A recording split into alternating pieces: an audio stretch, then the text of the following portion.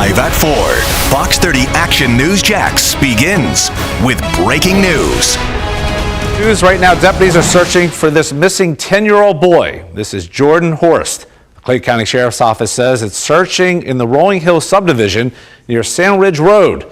That's in the Lake Asbury area, just off the First Coast Expressway. We're told there's a large sheriff presence in that area right now.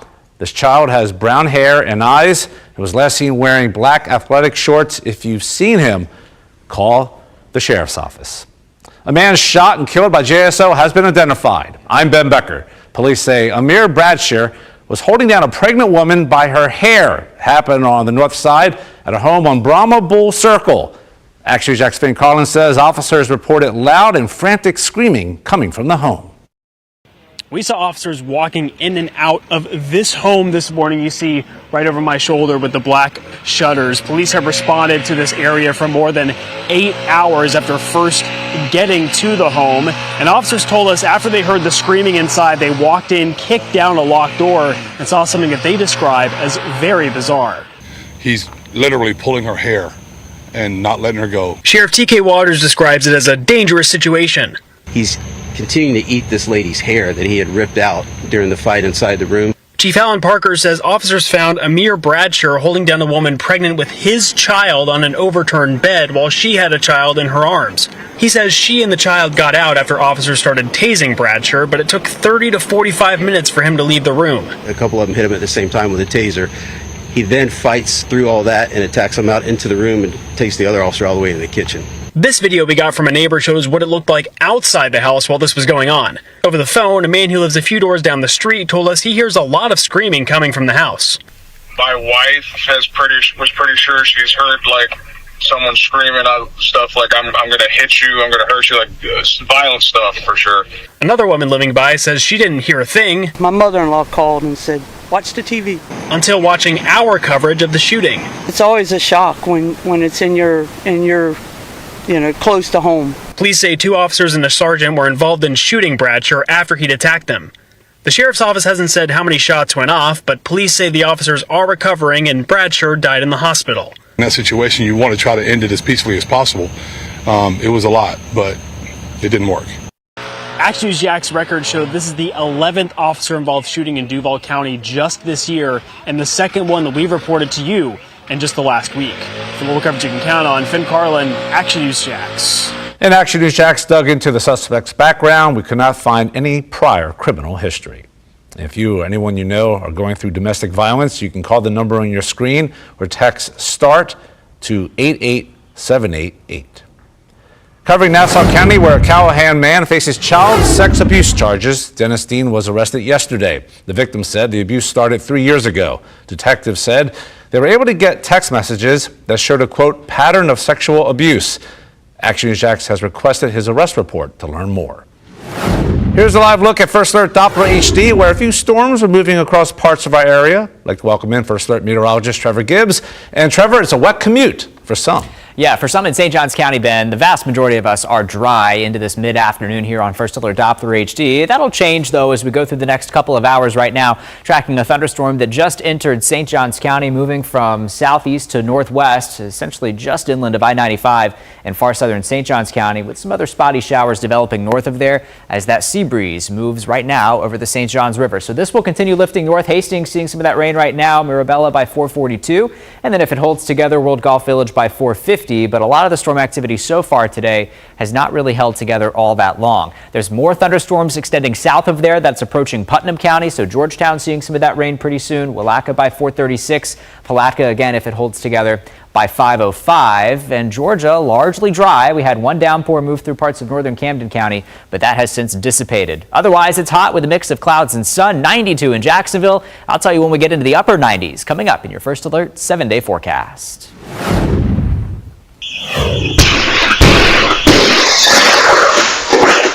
And right now, surveillance video shows a local trading shop getting broken into. You see the moments captured here on video. Someone breaking into that store, stealing thousands of dollars worth of Pokemon cards.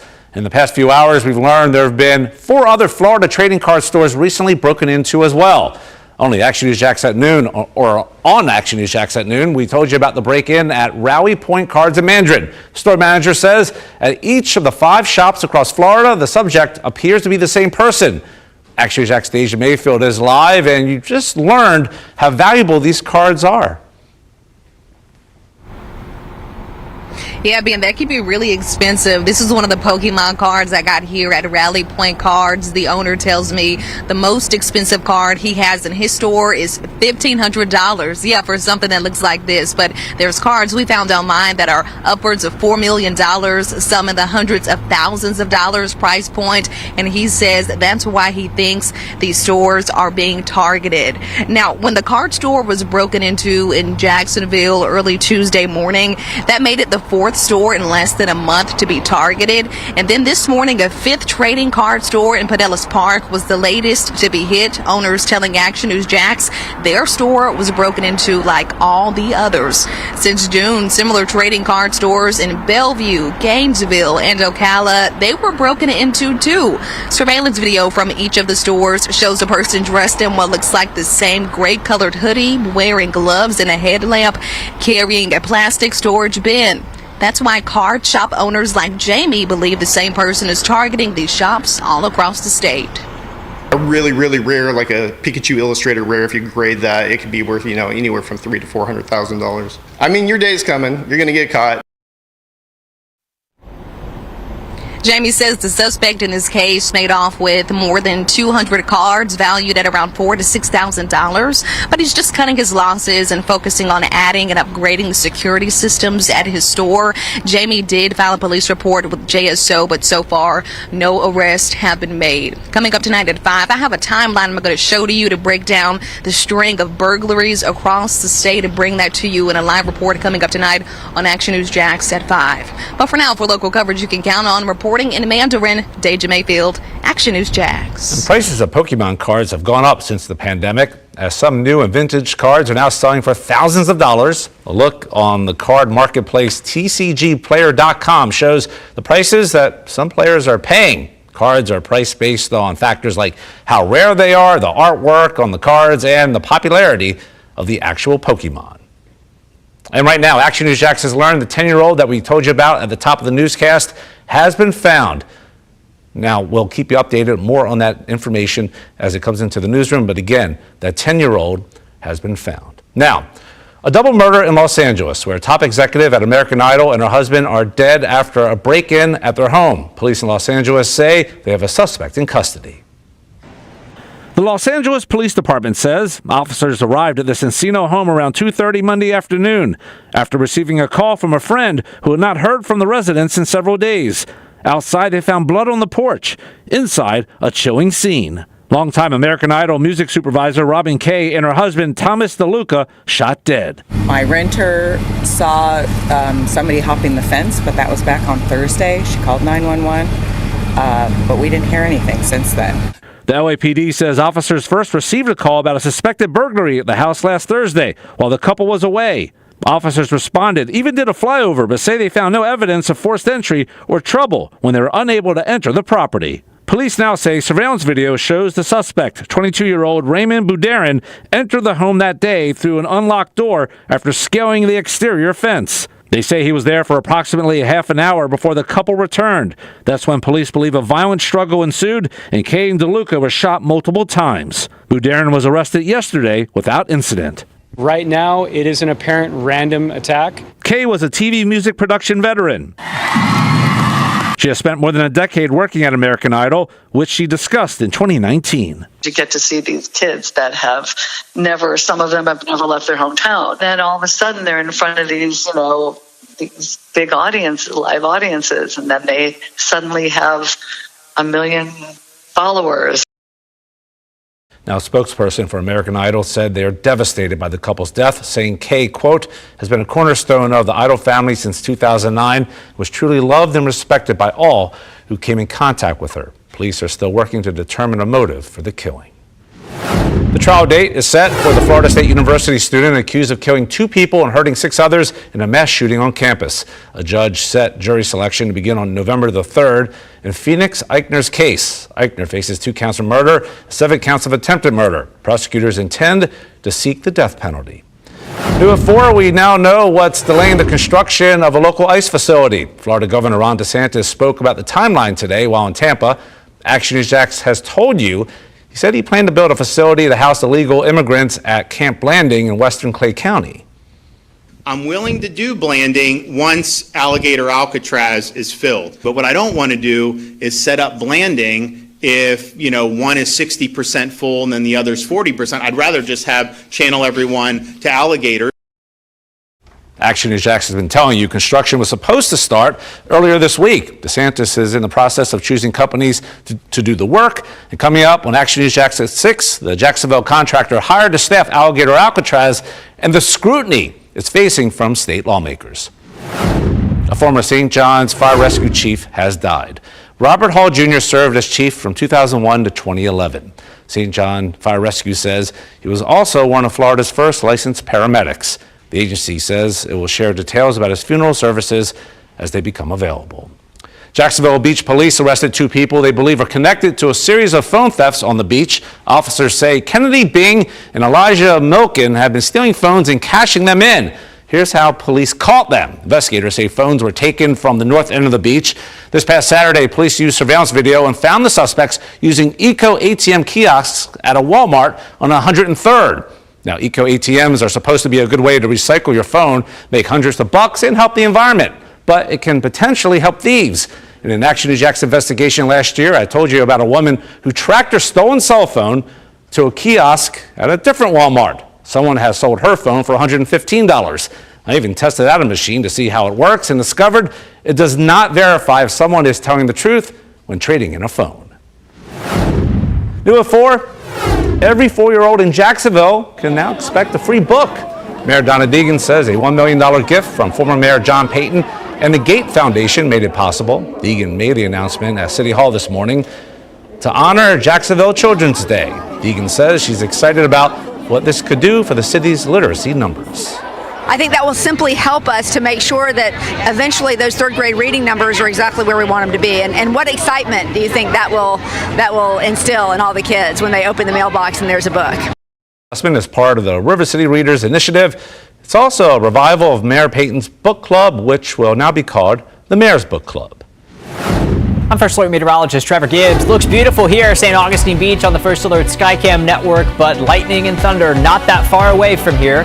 We'll track some afternoon storms coming up in just a few minutes. And coming up new on Fox 30, Action News Jax at 5, a local shelter is 100 dogs over capacity. Why dog intake numbers have risen and the help they need.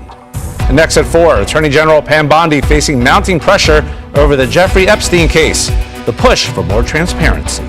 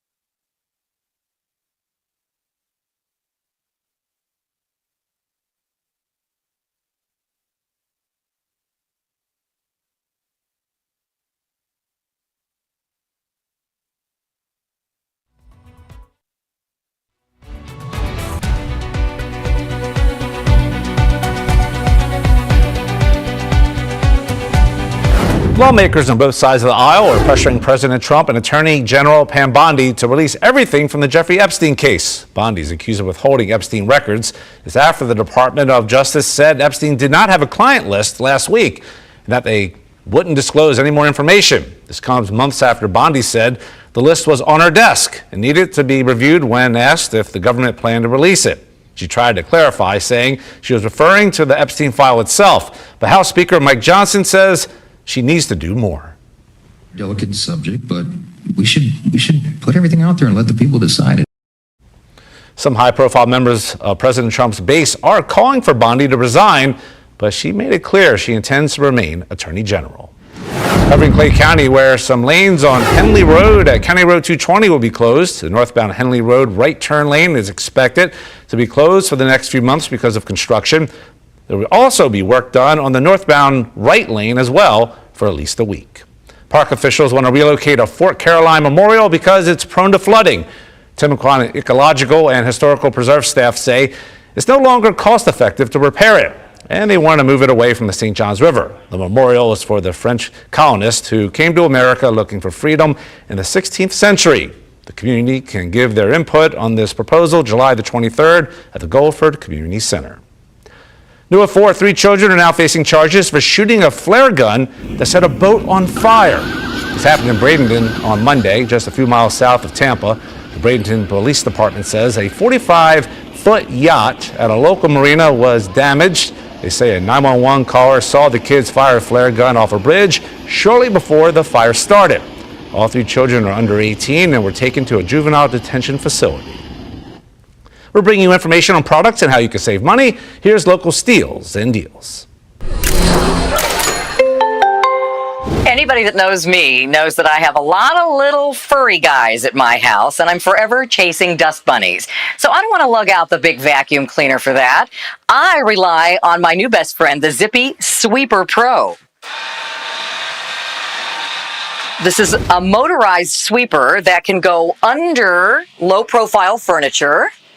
With its tri-brush, tri-corner design, it can also get into those hard-to-reach spaces. And with the bumpers on each corner, it's never going to mark up your baseboard. So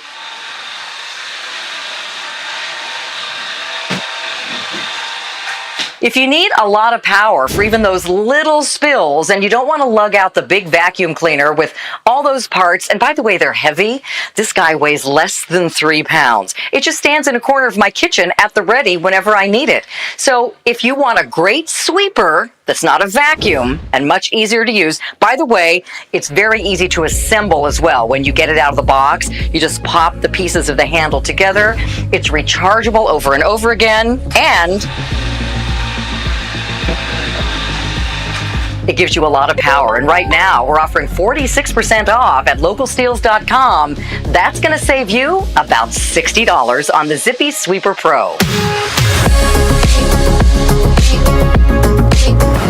Most of us still dry, but a few of us seeing some heavy rain this afternoon, especially in southern St. Johns County here on First Alert Doppler HD, where there is a thunderstorm with plenty of lightning as well. So certainly hearing some of that in between St. Augustine and Palatka this afternoon.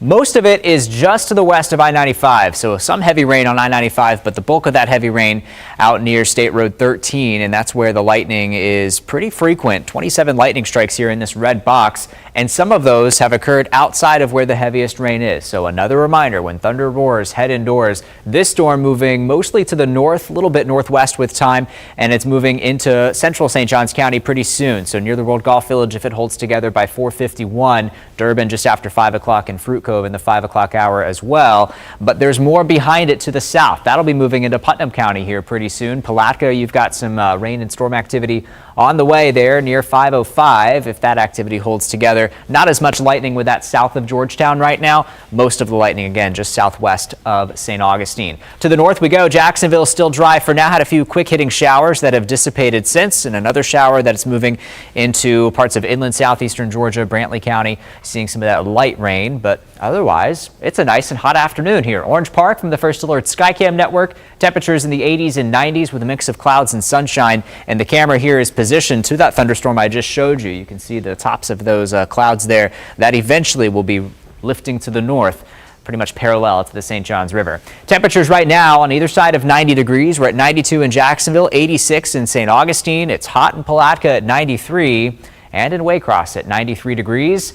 This is going to be feeling rather cool compared to where we will be by the weekend. We'll get to that in a moment. Hour by hour through the rest of this evening, expect a couple of storms around, generally moving north and northwest with time. So some dry spots for sure, but there will be some widely scattered coverage of storms through the rest of this evening and then quieting down overnight. Temperatures cooling off into the 70s. Here's that futurecast as we move it forward in time. By 4 o'clock this afternoon, essentially where we are right now, you'll see some of those storms lifting to the north, but gradually shifting inland as they do so. So by 8 o'clock, we still could have some storms around, winding down by midnight. Tomorrow morning will be dry with temperatures in the 70s, back into the 90s by the afternoon. Very hot temperatures. And then we see some cool downs in some spots with widely scattered showers and thunderstorms by tomorrow afternoon and evening. High temperatures, though, are on their way up by Friday, Saturday, Sunday, and even into Monday. We're talking middle to upper 90s. Thanks to what we call a ridge of high pressure over our general region, which tends to bring us hotter than average temperatures. That average high 92, we're going to be far above that. When you factor in the humidity, it's going to feel even hotter than that, with feels like temperatures in between 105 and 110 all the way into early next week. We're used to the heat this time of the year, of course, but you got to make sure you're staying smart in the heat, drinking plenty of water, and taking advantage of the shade and AC. Here's that 7-day forecast with your weekend always in view. Those upper 90s along with lower rain chances. Isolated coverage of rain, picking back up to a few by Tuesday and Wednesday of next week. The latest forecast always there online at actionnewsjax.com and with our free First Alert weather app. Right now we have breaking news. St. Johns County Sheriff's Office looking for this woman who is missing. Deputies say Phyllis Atkins was last seen around 10 a.m. in the Blue Seas area of Ponte Vedra walking her dog. If you have any information about her whereabouts, call 911. Coming up, a new honeymoon trend. You would take me. No, definitely not. The trend that has newlyweds rethinking how to celebrate getting married.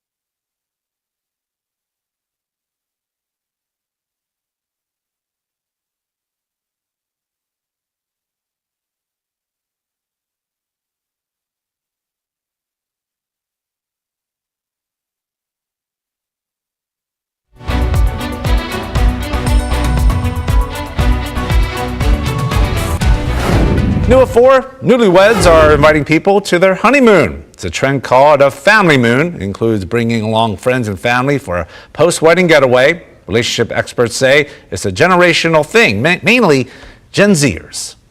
So people have friend groups, they have their friends. We live in an a la carte time period where people pick and choose how they want to experience their life. And this is just another choice. Experts believe brides and grooms need to think this one out carefully if they agree on it. And of course, there needs to be boundaries. New at 4, there will be an event for Pokemon fans that's set to happen around some real-life animals. The Jacksonville Zoo is hosting Pokemon Go to the Zoo. It's a collaboration with Coliseum of Comics.